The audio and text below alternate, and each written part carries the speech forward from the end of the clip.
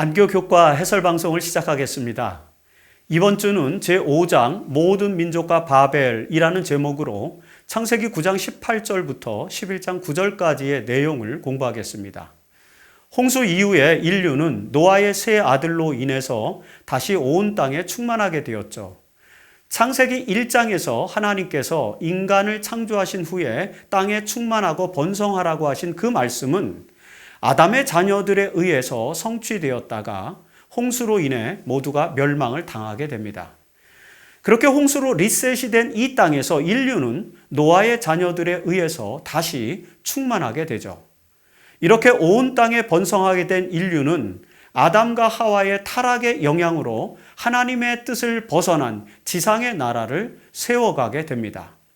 그러나 하나님께서는 이 땅에 당신의 나라, 즉 하나님 나라의 계보를 이어가기 위해서 언약의 백성들을 준비시키시죠. 창세기는 그 언약의 백성이 될 민족의 이야기를 기록하고 있습니다. 그러나 아직은 아니죠. 언약의 민족이 등장하기 전에 하나의 사건이 아직도 남아 있었는데 그것이 바로 바벨탑 사건이었습니다. 자, 이번 주 교과는 바로 이 바벨탑 이야기에 대한 것입니다. 이 내러티브는 홍수 후에 노아의 자녀들의 계보로부터 시작됩니다. 오늘 우리가 공부하게 될 이 창세기 9장 18절부터 11장 9절까지의 말씀, 이 말씀의 내용은 몇 가지 단락으로 나눌 수 있죠. 우선 창세기 9장 18절로 29절에는 홍수 직후에 노아와 그의 아들들에 대한 기록이 나옵니다. 특별히 이 기록에서는 둘째 아들 함이 부모에게 불순종을 하면서 특히 불경을 저지르면서 저주를 받게 되는 이야기가 기록되어 있습니다. 그리고 이제 창세기 10장 전체는 노아의 아들들의 족보가 기록되어 있습니다. 사실 여러분 창세기 10장 1절에서 그리고 이제 창세기 10장 1절은 창세기 2장 4절 그리고 창세기 5장 1절, 창세기 6장 9절에 이어서 네 번째로 등장하는 톨레돗, 즉 계보의 이야기죠. 아울러 구약에는 여러 차례 이스라엘의 족보가 등장하는데 창세기 10장의 족보는 가인과 셋의 자녀들의 족보에 이어서 두 번째로 등장하는 족보입니다. 그리고 창세기 11장 1절로 9절은 바벨탑의 이야기가 이제 기록되어 있습니다. 우리가 중점적으로 볼 이야기죠. 그리고 그 이후에 창세기 11장 10절로 32절까지 다시 세 번째의 족보가 등장하는데 그 족보는 아브라함의 역사에까지 이르게 되는 것입니다.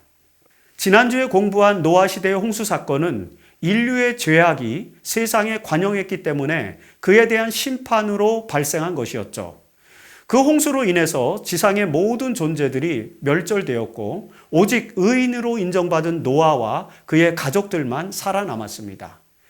자, 이들에 의해서 시작된 인류는 하나님께 순종하는 삶을 살았어야 했습니다. 그러나 그 노아의 후손들도 아담과 그의 후손들처럼 또 죄악에 빠지게 됩니다. 그런 죄악의 관영함은 바벨탑이라는 사건을 통해서 다시 반복되고 있죠. 그래서 이번에도 하나님께서는 심판을 계획하셨습니다. 자, 상황이 이렇다 보니 창세기 9장 18절로 11장 9절의 내용도 창조의 기록과 유사한 모티프들을 드러내주고 있습니다. 예를 들자면 벌거벗은 노아, 벌거벗은 아담을 대신하죠. 함의 타락, 그리고 저주, 추방, 온 땅의 충만함, 이런 개념들은 창조 당시의 모티프를 그대로 보여주죠. 이처럼 창세기에서는 창조와 타락과 구속의 언약에 대한 모티프가 반복적으로 등장하게 되는 것을 우리는 보게 됩니다. 자, 이번 주의 내용인 바벨탑의 사건에서도 우리는 이런 주제들을 바로 목격하게 되는 것입니다. 이제 그 내용들을 구체적으로 살펴보도록 하겠습니다. 일요일 소지에서 우리는 함에게 내려진 저주에 대한 내용을 공부하게 되죠. 자, 홍수 후에 시작되는 인류의 역사에서 제일 먼저 기록된 것은 함의 범죄와 그로 인한 저주에 대한 기록이죠. 창세기 9장 18절로 27절에 등장하는 이 함의 저주 이야기는 창세기에서 나타나는 반복된 구조를 보여준다고 말씀드렸습니다. 즉, 사건, 범죄, 저주라고 하는 구조적 패턴을 보여주는 것이죠. 창세기 2장과 3장에서는 에덴 동산, 아담과 하와의 범죄, 인류와 땅의 저주가 기록되어 있습니다. 그리고 창세기 4장에서는 가인과 아벨의 이야기, 가인의 범죄, 가인과 땅의 저주가 또 기록되어 있죠. 그리고 창세기 6장부터 9장까지에서는 홍수의 이야기, 그리고 함의 범죄, 그리고 함에게 내려진 저주가 기록되어져 있는 것입니다. 이런 구조적인 패턴 이외에도 창세기 3장 15절에서 언약, 여자의 후손으로 등장하는 언약이 등장하고, 그 다음에 창세기 4장 25절에서도 셋의 씨로 표현되는 언약이 등장합니다. 아울러 창세기 9장 8절로 13절에서도 역시 무지개로 표상된 언약이 또 등장하는 것이죠. 자, 이런 구조적인 패턴을 통해서 인류의 초기 역사를 언약의 관점에서 종교적으로 기록하고 있는 것을 우리는 이 내용을 통해서 알 수 있게 됩니다. 창세기의 앞부분에서 이런 구조를 이해하는 것은 매우 중요합니다. 왜냐하면 바로 이런 구조가 창조와 타락과 구속이라는 성경의 세계관을 매우 구체적으로 보여주기 때문인 것입니다. 홍수 후에 새롭게 시작된 인류, 즉 노아와 셈과 함과 야벳은 아담과 하와의 자리에서 다시 인류의 역사를 시작하게 됩니다. 그런데 아담과 하와의 타락의 이야기와 노아와 그의 아들들의 이야기에는 또 유사성이 있습니다. 여러분, 노아의 이야기에서도 과일을 먹죠, 벌거벗게 되죠, 바라보고 가리게 되고 저주를 받는 이런 요소들은 아담과 하와의 경험에서 유사하게 나타나는 내용으로 기록되는 것입니다. 이처럼 노아의 이야기에서 타락의 주체이자 저주의 대상은 둘째 아들 함으로 나타나고 있습니다. 함은 아버지의 치부를 보았고 그곳으로 그의 후손들은 저주를 받게 됩니다. 특별히 이 이야기에서 우리가 주목해야 할 내용들은 몇 가지로 정리해 볼 수가 있습니다. 첫 번째, 인간의 삶에서 문제는 언제나 먹는 것과 관련이 있다는 점이죠. 사실상 창세기의 기록에서 포도주에 취한 노아의 행위에 대해서는 아무런 평가가 없습니다.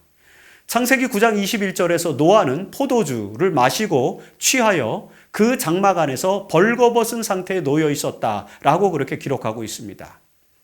여러분, 아담과 하와가 불순종 이후에 벌거벗은 상태를 인지했던 것 같은 동일한 상황, 즉 죄로 인해서 유괴 상태로 존재하게 된 상태를 설명하는 것이죠. 홍수가 그치고 다시 의인들의 역사가 시작되었지만 그들의 본성은 여전히 죄인의 상태에서 벗어나지 못했음을 알게 해줍니다. 이런 역사적 사실을 토대로 우리는 인간의 죄의 문제를 해결할 수 있는 길이 인간이 아닌 하나님의 구속의 계획 안에 있음을 또 알게 되죠. 자, 금지된 열매, 그리고 포도주, 부정한 음식과 같은 것 등은 기독교 신앙에서 언제나 범죄의 근원이 되는 가장 기본적인 욕망에 속하는 요소임을 우리가 알게 되는 것입니다. 둘째로, 함이 저주를 받은 이유는 윤리적이고 도덕적인 문제로 인한 것이라는 점이죠. 창세기 9장 22절로 23절에서 함은 그 아버지의 하체를 보고 밖으로 나가서 그의 두 형제에게 알림해 셈과 야벳이 그들의 아버지의 하체를 보지 아니하였더라고 기록합니다. 여기서 아버지의 하체라는 표현은 사실은 아버지의 벌거벗은 것이라는 상태를 설명하는 그런 표현입니다. 그래서 히브리어와 영어로는 그렇게 표현되어 있습니다. 자, 이 이야기에서 대비되는 것은 아버지의 벌거벗은 치부를 공개적으로 전하는 함과 그 치부를 가리는 셈과 야벳의 행위입니다. 이런 행위로 둘째 아들인 함은 저주를 받게 되었고, 특별히 함의 저주와 관련해서는 창세기 9장 25절에 기록되어져 있죠. 가나안은 저주를 받아 그의 형제들의 종들의 종이 되기를 원하노라. 여러분, 이 기록은 모세 시대에 잘 알려진 식구 중에 하나입니다. 포엠 중에 하나입니다. 모세는 그 시대에 잘 알려진 이 시를 인용하여서 함의 저주를 지금 설명하고 있는 것입니다. 여기서 가나안은 사실 함의 아들 중 하나이며 가나안인의 조상이죠. 성경에 보면 함의 아들은 구스, 사실 구스는 에티오피아 혹은 아랍 민족의 조상으로 나타나고 있죠. 그 다음에 미스라임, 애굽 및 팔레스타인의 조상입니다. 그리고 붓, 리비아인의 조상이죠. 그리고 가나안인들의 조상입니다. 이 구스와 미스라임과 붓과 가나안이 함의 아들로 등장을 하게 되죠. 함의 자손들은 모두 모세 시대에 이스라엘의 대적들로 나타나는 민족들입니다. 이런 민족적인 상황을 고려할 때 함의 죄로 그의 후손들이 저주를 받았다는 이 기록은 이스라엘의 역사, 즉 모세 시대의 이스라엘의 역사와 관련해서 의미가 있다는 것을 우리는 알게 되는 것입니다. 자, 그리고 셋째, 노아의 자손들에 의해서 여러 민족의 계보가 형성되죠. 창세기 10장 32절에서 이들이 각 종족의 족보를 따라 갈라져 나간 노아의 자손 종족이다. 홍수가 난 뒤에 이 사람들에게서 여러 민족이 나와서 세상으로 퍼져나갔다. 이 세번역 표현인데 이렇게 기록되어 있습니다. 노아의 후손들에 의해서 오리엔트 지역을 중심으로 여러 민족들이 형성되었습니다. 원래 인류는 사도행전 17장 26절에 기록된 것처럼 모든 족속을 한 혈통으로 만들었다. 이렇게 이제 묘사되어 있지 않습니까? 그것처럼 하나의 혈통이었죠. 그러나 홍수 이후에 노아의 후손들이 지구 전역으로 흩어져 살게 되면서 지리적인 요인으로 인해 다양한 민족의 계보가 형성되게 된 것입니다. 그리고 창세기 11장의 바벨탑 사건은 언어의 구분에 따라서 민족과 인종이 분화되었음을 또 알게 해주는 그런 내용이 기록되어져 있는 것입니다. 자, 넷째, 전승된 식구에 따르면 가나안의 저주만 있었던 것이 아니라 셈과 야벳에 대한 축복의 노래도 있었습니다. 그래서 창세기 9장 26절로 27절에서 또 이르되 셈의 하나님 여호와를 찬송하리라. 가나안은 셈의 종이 되고 하나님은 야벳을 창대하게 하사 셈의 장막에 거하게 하시고 가나안은 그의 종이 되게 하시기를 원하노라 라고 표현되어 있습니다. 여러분, 이 식구에서 셈의 하나님은 야훼로 나타나죠. 그리고 야벳에게 축복하시는 하나님은 엘로힘으로 표기됩니다. 성경의 주석가들은 이 차이에서 오직 셈족만이 야훼를 섬기는 이스라엘의 조상이 되었고 야벳의 후손은 저주를 받은 함과는 달리 이스라엘과 더불어서 엘로힘의 축복을 받은 민족으로 설명을 하고 있는 것입니다. 야벳은 야훼를 섬기는 이스라엘 백성, 즉 셈족은 아닌 것으로 묘사되는 거죠. 그리고 이런 식구는 모세 시대에 알려진 것을 우리는 잘 알게 됩니다. 이 시에서 우리는 하나님의 축복이 단지 셈족, 즉 이스라엘 백성들에게만 주어진 것이 아니라 하나님께 신실한 모든 민족에게 그 축복이 주어졌음을 우리는 이해하게 됩니다. 그래서 야벳 족속에게도 축복을 주었다라고 이렇게 설명하는 것입니다. 자, 모세 시대에 하나님의 축복이 이스라엘 백성을 넘어서 모든 민족에게로 확장될 것을 설명하는 그런 시이다라고 이렇게 이해할 수 있는데 바로 이 구절은 하나님의 보편적인 구원에 대한 이해에 있어서 매우 중요한 시사점을 우리에게 제공해주고 있다라고 그렇게 볼 수 있습니다. 노아의 시대에 일어났던 홍수의 이야기를 마무리한 후에 또다시 족보가 등장을 합니다. 이 족보는 타락한 후에 가인과 아벨의 사건 이후에 나타난 족보, 즉 아담의 계보에 이어서 등장하는 노아의 계보이죠. 이 두 계보는 곧바로 연결되어서 초역사 시대의 인류의 계보를 이제 보여줍니다. 아울러 바벨탑 사건 이후에 창세기는 또다시 셈의 계보를 또 설명함으로써 셈의 족보를 설명함으로써 이스라엘 백성들의 초고대 역사, 즉 아브라함이 등장하기까지의 계보를 자세하게 설명을 해주고 있습니다. 아울러서 이 족보는 마가복음과 누가복음에서 예수의 족보로까지 연결되는 것을 우리는 알고 있죠. 이처럼 이스라엘 백성들은 역사적 계보에 대한 정리, 즉 역사적 족보에 대한 정리를 철저하게 하는 그런 민족임을 보여주고 있습니다. 특별히 이 족보에서 나타나는 특징은 족보 정리의 방식의 어떤 일관성, 즉 일정한 규칙에 맞추어서 족보를 정리하는 특징을 보여준다는 것도 우리는 생각해 볼 수 있습니다. 예를 들자면 여러분이 잘 아시는 것처럼 마태복음의 족보에서 14대씩 정리하는 방식과 같은 것이죠. 그런 특별한 일정한 규칙이 족보를 정리하는 방식에 들어있다는 것입니다. 이처럼 창세기 10장에 등장하는 노아의 족보, 노아의 계보에는 노아의 세 아들에 의해서 갈라지게 되는 민족을 70개의 민족이라고 이제 정리를 해주고 있죠. 여러분, 신명기 32장 8절에 보면은 지극히 높으신 자가 민족들에게 기업을 주실 때 인종을 나누실 때에 이스라엘 자손의 수요대로 백성들의 경계를 정하셨다라고 기록을 합니다. 자, 이 기록의 맥락에서 우리는 여기 창세기 10장에 등장하는 70민족은 야곱의 가족 70명, 창세기 46장 27절이죠. 그 다음에 이스라엘의 70인의 장로들, 출애굽기 24장 9절이죠. 그리고 또 예수께서 70인의 제자를 파송하는 누가복음 10장 1절과 같은 그런 내용과 관련이 있음을 알게 됩니다. 이처럼 성경의 족보의 기록은 완벽한 역사적인 기록이기보다는 역사를 토대로 하여 의미를 부여하는 방식으로 정리된 것임을 우리는 알게 됩니다.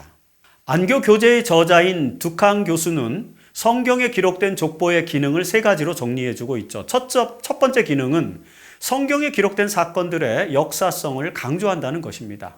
족보는 실존했던 인물을 중심으로 하는 역사적인 기록을 담고 있다는 것입니다.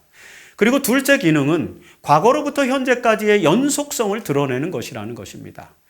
아담으로부터 노아의 때까지, 그리고 노아로부터 아브라함의 때까지 역사의 연속성이 창세기 5장과 그리고 창세기 11장에 나타난 족보를 통해서 서술되어 있는 것입니다.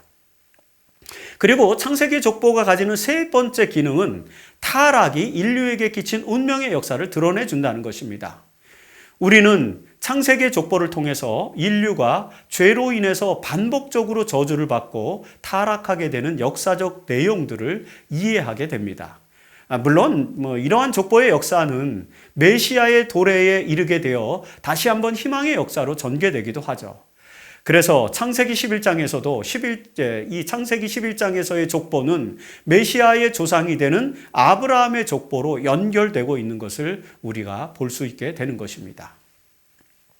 자, 그리고 창세기 족보에서 우리가 기억해야 할 또 하나의 내용은 창세기 10장 31절에 나타나고 있죠. 거기에 보면 이들은 그 백성들의 족보를 따르면 노아의 자손의 족속들이요 홍수 후에 이들에게서 그 땅의 백성들이 나뉘었더라 라고 기록되어 있습니다. 사실 창세기 9장 19절에서도 노아의 이 세 아들로부터 사람들이 온 땅에 퍼지니라고 또 기록되어 있습니다. 자, 이러한 기록들은 노아의 가족들로부터 이 지구상에 다양한 민족들이 분화되었음을 설명해 주고 있다는 사실을 우리에게 알려주죠. 특별히 이 기록은 인류 역사에서 여러 다양한 민족들이 분화된 현상에 대한 하나의 설명을 제공해 주고 있습니다. 그리고 아울러서 그 분화된 민족들은 각기 다른 언어를 사용하게 되는데 그 언어의 분화는 바로 화요일 소지에서 다루는 바벨탑 이야기에서 설명되어지고 있는 것입니다. 자, 이 화요일 소지에서 노아의 후손들로 인한 민족과 언어의 분화는 창세기 11장에 기록된 바벨탑 사건으로 구체화되고 있죠. 창세기 11장의 바벨탑 이야기에서 종교적으로 우리가 기억해야 될 내용은 다음과 같은 것입니다. 첫 번째, 홍수 후에 노아의 후손들은 하나의 민족성과 언어적 정체성을 가지고 있었다는 사실이죠. 자, 창세기 11장 1절에서 온 땅의 언어가 하나여 말이 하나였더라 라는 기록이 있습니다. 여기서 모세가 언급한 온 땅은 아마도 셈의 후손들이 정착한 메소포타미아 지역과 그리고 함의 후손들이 정착한 이집트, 그리고 야벳의 후손들이 정착한 카스피해와 흑해 사이, 그리고 아르메니아 지역, 이런 지방들을 포함하는 것으로 우리는 보통 이해할 수 있습니다. 노아의 후손들의 민족 분화 초기에 이들은 하나의 언어를 사용하였습니다. 현대의 언어학자들은 산스크리트어와 셈족어가 유사성을 가지고 있음을 밝히면서 전 세계의 언어군들이 아주 기본적인 구조에서 유사성을 찾을 수 있다고 요즘 설명해 주고 있습니다. 다시 말해서 하나의 언어로부터 시간이 흐르고 지리적으로 구분되면서 민족들의 언어가 점차로 분화되어 갔다는 것을 현대 언어학자들은 설명하는 것입니다. 자, 이런 점에서 원래 언어가 하나였었다는 창세기의 기록은 개연성을 갖게 된다는 것, 우리는 생각해 볼 수 있죠. 그리고 둘째, 하나의 언어를 사용하던 때에 일부의 인류가 신할 평지에서 성읍과 탑을 쌓았다는 그 내용입니다. 여러분, 구약에서 신할 땅은 고대 바벨로니아 지역을 말하는 것으로 나타납니다. 창세기 10장 10절, 그리고 11장 2절, 그리고 14장 1절, 그리고 이사야서 11장 11절, 스가랴서 5장 11절, 다니엘서 1장 2절과 같은 곳에서 우리는 그것을 확인할 수 있습니다. 신할 땅은 고대 바벨로니아 지역이다라는 것을 확인할 수 있죠. 창세기에 등장하는 신할당과 바벨탑은 이후 하나님을 거역하는 세력들, 즉 신바벨로니아 세력, 그리고 나중에 예언상 바벨론으로 예언되는 그런 바벨론 세력과 연결됩니다. 여러분, 신할당에서 바벨탑을 쌓은 이유는 창세기 11장 4절에서 나타나는 것처럼 하나님을 대적하여 우리의 이름을 내고 온 지면의 흩어짐을 면하기 위한 것이었다는 것을 우리는 압니다. 이렇게 신할당에 정착한 사람들의 태도는 하나님과의 언약을 파기하고 그분의 권위에 도전하는 모습을 보여주게 됩니다. 아담의 불순종, 그리고 가인의 범죄, 또한 함의 죄악은 결국 하나님을 대적하는 바벨탑의 사건으로 연결되는 것이죠. 특별히 신할 평지에 바벨탑을 건립한 인물, 바벨이라고 하는 성읍과 그 탑을 건립한 인물이 함의 아들인 구스의 아들 니므롯이라고 창세기 10장 8절로 10절에서 이야기를 해주고 있습니다. 여러분, 홍수로 네피림이 멸망한 후에 다시 등장한 첫 번째 용사였던 이 니므롯은 사람들을 선동하여서 바벨이라고 하는 성읍을 짓고 그리고 바벨이라고 하는 성읍에서 탑을 쌓음으로써 무지개 언약을 믿지 않고 하나님의 권위에 도전했습니다. 하나님은 그런 인간의 계획을 무력화시키셨죠. 그 내용은 다음으로 우리가 기억해야 될 내용이 되는 것입니다. 그래서 셋째 우리가 기억할 내용은 이런 것이죠. 바벨탑의 사건으로 인간의 언어가 나누어지게 되었다는 것입니다. 창세기는 인간이 하나님을 도전하게 된 것이 이들이 한 족속으로 하나의 언어를 사용했기 때문이었다고 설명을 해주고 있죠. 사실 여러분, 고대 신화 속에서 인간이 신에게 도전하는 이야기는 매우 보편적으로 등장을 합니다. 자, 이런 이야기는 그리스 신화의 기원으로 여겨지는 헤시오도스의 신통기에도 나타나죠. 그리고 그 이후에 이런 인간이 신에게 도전하는 이야기를 대표적으로 우리에게 보여주는 내용은 플라톤에 의해서 전해지는 이야기입니다. 플라톤은 신이 인간을 암수 동체로 만들었더니 너무 능력이 강해서 신에게 도전하였고, 그래서 신들은 인간을 남자와 여자로 갈라놓음으로써 더 이상 신에게 도전하지 못하도록 만들었다라는 그런 이야기가, 신화의 이야기가 있습니다.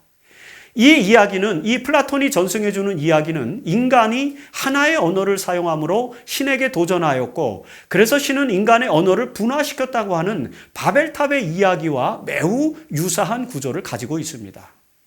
이처럼 바벨탑 사건은 역사적으로 중요한 의미를 내포하고 있는 것이죠.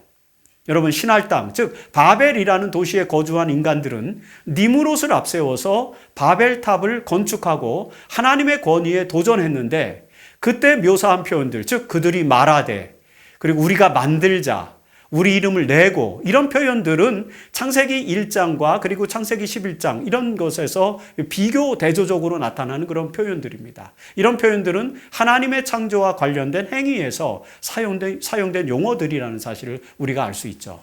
이처럼 인류는 하나님처럼 되기 위해서 바벨탑을 건축을 한 것입니다. 여러분, 하와가 하나님처럼 되기 위해서 금지된 열매를 먹었던 것과 동일한 구조적 표현들이죠. 이렇게 신에 대한 인간의 도전으로 결국엔 언어가 분화되었고, 그 결과로 창세기 11장 9절에서 여호와께서 거기서 그들을 온 지면에 흩으셨다라는 말씀이 이루어지는 것입니다. 사실 우리가 잘 아는 것처럼 하나님의 문이라는 뜻을 가진 이 바벨이란 도시의 이름은 결국에는 혼돈을 뜻하게 되었죠. 사실 이 바벨이라는 말은 혼돈을 뜻하는 발랄과 연관된 용어입니다. 그래서 하나님의 문이라는 뜻의 바벨이 결국에는 혼돈을 뜻하는 바벨이 되었던 것입니다. 신에게 도전한 결과 인간은 질서, 즉 코스모스에서 혼돈, 즉 카오스의 상황으로 내몰리게 되었던 것입니다. 그 이후로 인류의 운명은 민족들과 나라들 간의 대립과 갈등으로 휩쓸리게 되는 것입니다. 신에게 도전한 인류의 운명은 그렇게 복잡하게 전개되었습니다. 바벨탑 이야기에서 나타나고 있는 신앙적 교훈 중 하나는 높아지려는 인간의 도전에 대한 반응으로 하나님께서 이 땅으로 내려오신다는 그런 사실입니다. 인간은 탑을 높이 쌓고 그 탑 위로 올라가서 하나님의 심판으로부터 피할 뿐만 아니라 하나님의 문에 도달해서 하나님의 지위까지 높아지고자 시도했습니다. 여러분, 니므롯의 지도 아래서 인간은 신의 지위를 탐하고 신에게 도전한 것이죠. 이런 인간의 불경스러운 행위에 대해서 야훼 하나님은 창세기 11장 5절에 보면 사람들이 건설하는 그 성읍과 탑을 보려고 내려오셨다라고 기록되어 있죠. 하나님께서 바벨탑을 건설하는 사람들의 행위를 보시기 위해서 내려오셨다는 이 표현은 매우 인간적인 차원의 표현입니다. 신학에서는 이런 표현을 의인화, 즉 안트로포모피즘이라고 정의를 하죠. 하나님의 모습이나 행위를 인간의 모습이나 행위처럼 표현하는 방식을 말하는 것입니다. 여러분, 이런 표현은 창세기 18장 21절에서 소돔의 상태를 확인하시기 위해서 야훼 하나님이 이 땅으로 내려오신다는 표현에서 반복적으로 나타납니다. 확실히 야훼 하나님은 아담을 만나기 위해서 에덴 동산에 오셨고, 그 다음에 바벨이라고 하는 성읍에도 오시고, 그리고 소돔에도 오시는 것이죠. 이런 의인화, 즉 안트로포모피즘적 표현들에서 하나님이 내려오신다라는 표현을 우리는 신학적으로 이해를 할 수 있습니다. 그런데 그 하나님께서 성읍과 탑을 보려고 내려오신 이유가 무엇이었을까요? 창세기 11장 7절에서 하나님은 이렇게 말씀하십니다. 자, 우리가 내려가서 거기서 그들의 언어를 혼잡하게 하여 그들이 서로 알아듣지 못하게 하자 하시고. 자, 여러분, 야훼 하나님은 인간이 바벨을 건설하고 바벨탑을 쌓는 것을 멈추도록 하기 위해서 개입하시는 것입니다. 하나님의 개입 방식은 사람들의 언어를 혼잡하게 만드는 것이었죠. 하나님께서 언어를 섞어서 혼잡하게 하신 이유는 바벨탑의 건축을 막으려는 것이었다는 것을 우리는 잘 압니다. 인간이 하나님의 지위에 오르려고 하는 불순종의 행위를 막으려는 이 하나님의 의지를 우리는 이 사건을 통해서 보게 됩니다. 결국 여러분, 하나님은 언어를 혼잡케 하셔서 바벨탑의 건축을 막으시는 것입니다. 이런 하나님의 행위는 인류의 불순종과 죄악을 막으려는 사랑의 행위로 나타나고 있다는 것을 우리가 기억해야 된다는 것입니다. 자, 이 사건에 대한 기록을 통해서 성경은 인류의 언어가 분화된 원인을 이제 설명해 주고 있습니다. 역사적으로 인류의 언어가 어떻게 분화되었는지 문화인류학적으로 파악하는 것은 매우 어렵죠. 그러나 창세기 11장의 기록에서 우리는 인간의 언어가 분화된 종교적인 원인과 그 과정을 이제 읽게 되는 것입니다. 이후로 인류는 언어와 종족과 나라로 나뉘어졌습니다. 창세기 10장 5절, 그리고 20절, 31절에서 보면 여러 나라 백성으로 나뉘어서 각기 언어와 종족과 나라대로 땅에 머물렀다라는 그런 표현이 반복해서 나타나고 있죠. 모세는 바벨탑 사건에 대한 기록을 통해서 언어와 민족의 분화가 일어나게 된 원인을 설명해 주고자 이 내용을 기록한 것입니다. 자, 아무튼 하나님께서 이 땅에 내려오신 이유는 결국에 인류의 불순종의 행위를 막기 위함이었다라고 우리가 정리해 볼 수 있습니다. 그리고 또 하나, 하나님께서 이 땅에 내려오셨다는 이 하강의 이야기는 예수의 탄생에서 그 절정을 이루게 된다는 사실을 우리는 기억해야 합니다. 요한복음 1장에서는 하나님께서 육신으로 이 땅에 내려오셨음을 기록하고 있죠. 인간의 반복된 죄악의 사슬을 끊고 죄인들을 구원하기 위해서 하나님께서는 스스로 인간이 되어서 이 땅에 내려오셨습니다. 그래서 여러분, 요한복음 1장 14절에서 로고스 대신 하나님께서 육신이 되어 우리 가운데 거하셨다는 이 요한의 표현은 하나님의 내려오심이라는 신앙적 전승의 절정으로 묘사되고 있는 것을 우리는 알게 됩니다. 이런 성육신의 신비를 통해서 인류를 위한 구원의 계획은 완전히 성취되었습니다. 그리고 여러분, 또 마지막 날에 예수님께서 다시 한번 또 내려오심, 즉 재림을 통해서 인류의 구원이 완성되는 것을 우리는 압니다. 이처럼 신약에서 확대되어 나타나고 있는 신의 하강 모티프, 즉 하나님의 내려오신 모티프를 우리가 볼 때 창세기 11장에서 하나님께서 내려오신 것은 결국 불순종한 인류의 행위를 돌이켜 구원의 길을 제공하시고자 했던 하나님의 의지에 대한 강력한 표현이었다라는 사실을 우리가 알게 된다고 하는 것입니다. 그리고 여러분, 오늘날도 하나님은 성령을 통해서 우리의 마음속으로 항상 내려오고 계십니다. 그분의 내려오심을 기억하고 마음으로 영접하는 삶을 살아야 할 필요가 있다는 사실도 오늘 이 교과 공부를 통해서 기억해 주시기를 바랍니다. 목요일소지에서 우리는 언어를 혼잡게 하시고 인류를 온 지면에 흩어지게 하신 하나님의 구원의 계획을 생각해 보게 됩니다. 자, 창세기 11장 8절에서 여호와께서 거기서 그들을 온 지면에 흩으셨으므로 그들이 그 도시를 건설하기를 그쳤더라는 기록을 우리는 보게 되죠. 사람들은 니므롯의 지도 아래서 바벨이라는 도시로 몰려들었습니다. 그 도시에 모여 살면서 그들은 높은 탑을 건설하였는데 그런 행위는 하나님을 대적하는 행위였습니다. 하나님께서는 인간을 창조하신 후에 그리고 노아의 가족들을 구원하신 후에 생육하고 번성하여 땅에 충만하도록 계획하셨습니다.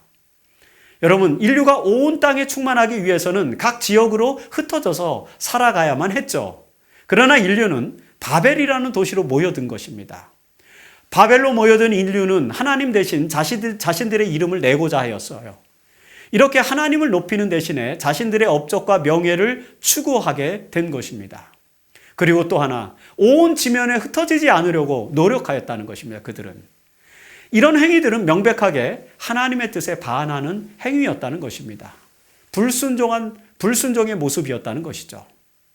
자, 그러나 하나님께서는 인류를 창조하신 목적과 그들의 축복과 번영을 위해서 계획하셨던 그 목적을 이제 당신의 방식으로 이루시는 것입니다. 그래서 바벨에 모여있는 사람들을 온 지면에 흩으시기 위해서 언어를 혼잡하게 하셨습니다. 바벨의 도시에 몰려든 사람들이 의사소통이 이루어지지 않게 되자 저들은 같은 언어를 사용하는 사람들끼리 모여서 여러 지역으로 흩어지게 된 것입니다. 이처럼 하나님의 섭리로 인해서 인간이 다시 온 땅에 흩어져서 생육하고 번성할 수 있게 되었다는 것이죠. 이렇게 창세기 11장 9절에서 여호와께서 거기서 그들을 온 지면에 흩으셨다라는 이 기록을 우리가 보게 되는데 이 기록은 이 인류를 온 땅에 흩어지게 하는 것이 바로 하나님의 섭리의 목적이었다라는 사실을 우리에게 알려주는 것이죠. 그래서 창세기 11장은 바로 그 사실을 기록하고 있는 것이라고 볼 수 있습니다. 자, 특별히 창세기 11장에서 우리는 바벨이라는 도시가 어떤 상징을 가지고 있는지를 또 알게 되죠. 사실 창세기에 기록된 이 초역사 시대에 등장하는 도시들은 모두 지상의 나라와 관련된 도시들입니다. 여러분, 대표적인 도시는 가인이 지은 에녹이라고 하는 성읍이 있었고요. 도시가 있었고, 그 다음에 여기 또 니므롯이 세운 바벨이라는 도시가 있었습니다. 이런 도시들은 모두 죄악의 도시를 상징하는 것이죠. 이스라엘의 종교 역사에서 바벨론은 하나님의 나라를 대적하는 대표적인 도시로 등장을 하게 됩니다. 그 도시는 계시록의 예언서에서 마지막 때의 악의 도시를 상징하는 묵시론적인 메타포가 되기도 하죠. 이처럼 바벨이라는 도시는 인간이 세운 지상의 나라를 대표하는 것입니다. 창세기 11장까지는 창조와 타락, 그리고 구속을 설명하기 위해서 주로 타락과 그 결과에 대한 내용들로 구성되어 있습니다. 그리고 그 타락의 원 역사를 정리하고 하나님의 섭리 역사, 즉 이스라엘의 민족의 역사를 설명하기 위해서 다시 한번 족보를 등장시키는데 그것이 바로 앞서서 말씀드린 창세기 11장 10절로 32절까지 기록된 셈의 족보인 것입니다. 그리고 여러분, 그 셈의 족보의 끝에는 이스라엘의 조상이 되는 아브라함이 등장하게 되죠. 자, 이처럼 창세기 1장부터 11장까지는 바로 이 12장에 등장하는 아브라함의 등장, 이 아브라함의 등장을 위한 초역사적인 서곡으로 존재하는 것입니다.